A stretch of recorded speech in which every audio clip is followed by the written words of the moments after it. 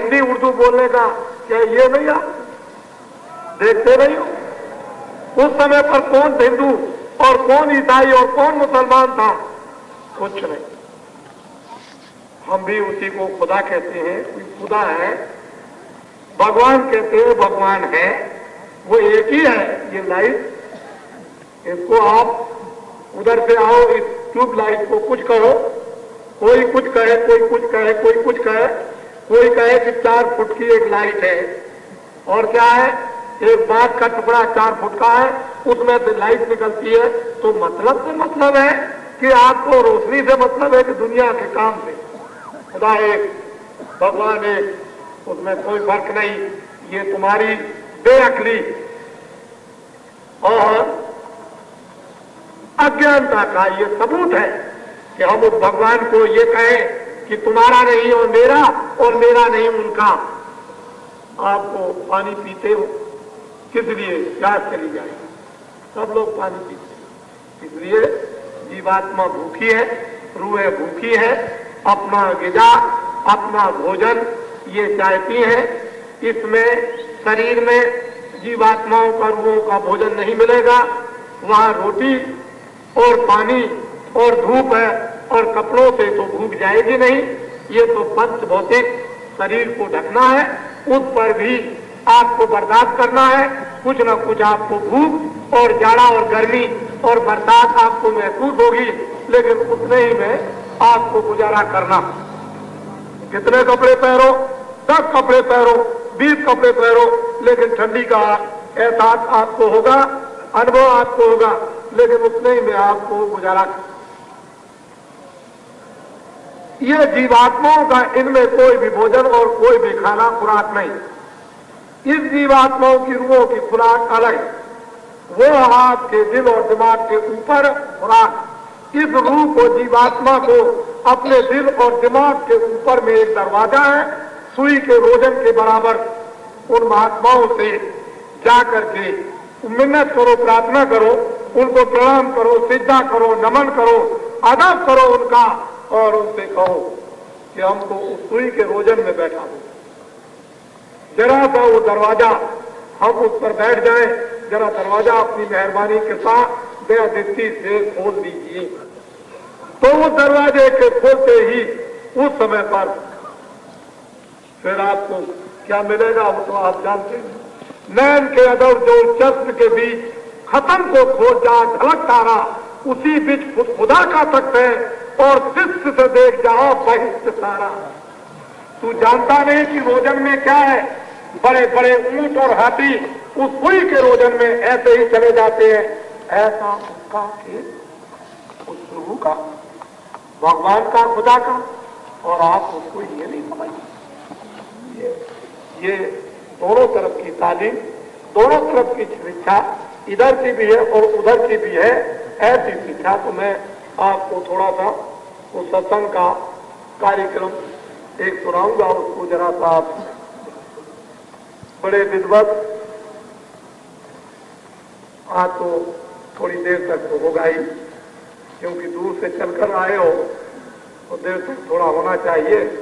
हम तो आपके सामने मेहनत करते हैं, बगैर आपके बीच में आए हुए आपको संतुष्टि होती नहीं है, फिर तो आप आफत खड़ी कर देंगे। अगर बीच में नहीं आएंगे तो थोड़ा सत्संग में देर लगेगी, और बड़ी विधि विधान के साथ जरा सुनिए।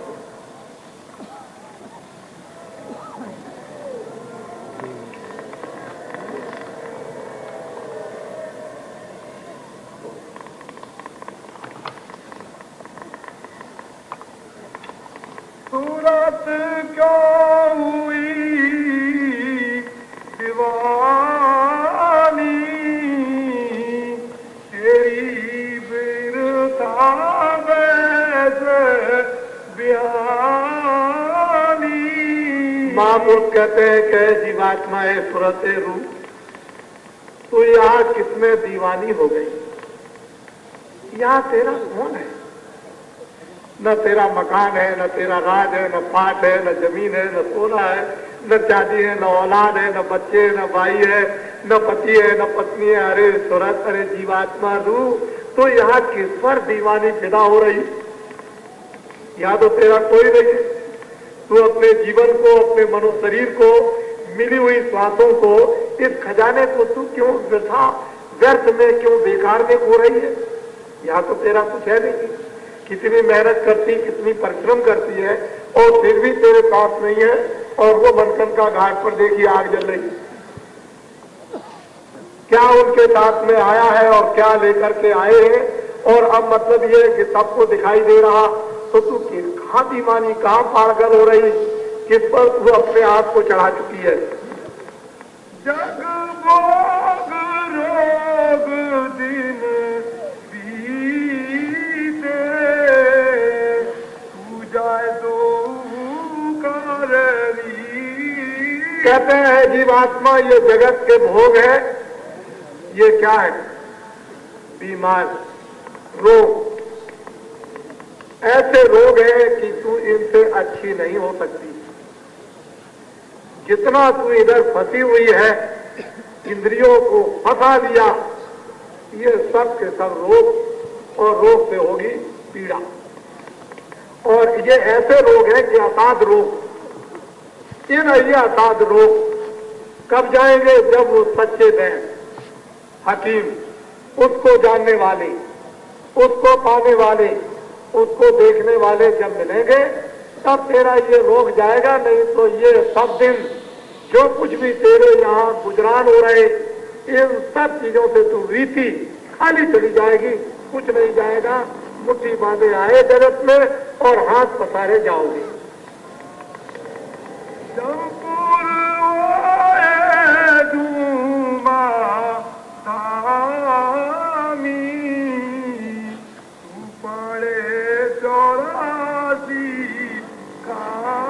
कहते हैं जीवात्मा है सूरत रूप। तुझे अभी तो इस बात आभास नहीं है। जब जमपुरी में डाल दी जाएगी, जमदूत जब मार लगाएंगे, नाना प्रकार के कष्ट देंगे, जलाएंगे, काटेंगे, सड़ाएंगे, सलाई डालेंगे फरिश्ते, आंखों में, कान में, मुंह में टट्टी करेंगे, पेशाब करेंगे, इतनी दुर्गंध। और उस समय पर तू चिल्लाएगी और वहां धुआंधानी तेरे साथ में होगी, और करोड़ों करोड़ों मील तक तेरे रोने की आवाज जाएगी। और कोई औलाद, तेरा साथी, तेरा दोस्त और मित्र कोई भी नहीं होगा। उस समय पर क्या करेगी? आए जीवात्मा ये सूरत, तूने बड़े भाग से ये मानो जिसमें शरीर ये पाया, इसमें तू कम से कम अपना बचाव तो कर ले। किसी मुर्शिद फकीर महात्मा के पास चली जा, वहां जाकर के अपना ये मर्ज दूर करा ले। लाइलाज मर्ज हो गया, तुझे दोजख में, नरकों में तुझे जाना पड़ेगा, और वहां से तुझे कौन बचाएगा? तो बता तू क्या करेगी? ये तो सब तुझे छोड़ देंगे, खाली चली जाएगी। जिनको तूने अपना माना है, ये सब बेगाने हो जाएंगे। और फौरन एक दो कफन, 2 गज कपड़ा आपके बदन पर डाल दिया जाएगा। मुसलमान उठाकर गाड़ देंगे, हिंदू ले जाकर के उसको जला देंगे।